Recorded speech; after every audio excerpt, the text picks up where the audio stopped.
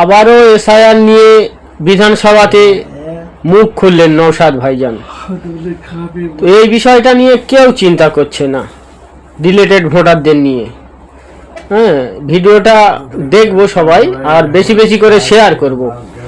রাজ্যপাল মহাশয়ের বক্তব্যের মধ্যে একটা বিষয় অদ্ভুতভাবে খুঁজে পেলাম না।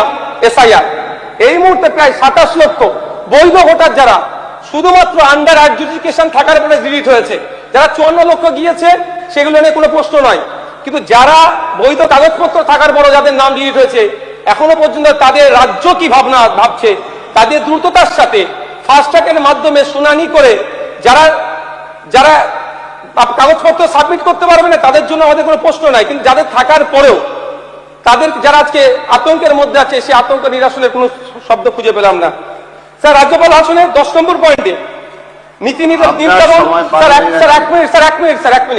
নীতি নির্ধারণ, সম্পদ বন্টন এবং রাজনৈতিক প্রতিনিধিত্বের সংক্রান্ত সমাধানের জন্য জনগণনার বিষয়টি তিনি উল্লেখ করেছেন। অবশ্যই এটাকে স্বাগত জানাই, কিন্তু এটা সুস্পষ্টভাবে সামঞ্জস্যতা বজায় রেখে যদি করতে হয় জাত ভিত্তিক জনগণনা প্রয়োজন আছে। শুধুমাত্র জনগণনা দিয়ে এই সমস্যার সমাধান হবে না। পরিশেষে বলবো স্যার, আমি 36টি এবং আরো 30টি টোটাল 66টি যে সংশোধনী এসছে সেই সংশোধনীগুলোকে এই রাজ্যপাল ভাষণের মধ্যে ইনক্লুড করা হোক, এই আশা রেখে আমি আমার বক্তব্য শেষ করছি। ধন্যবাদ স্যার। ধন্যবাদ।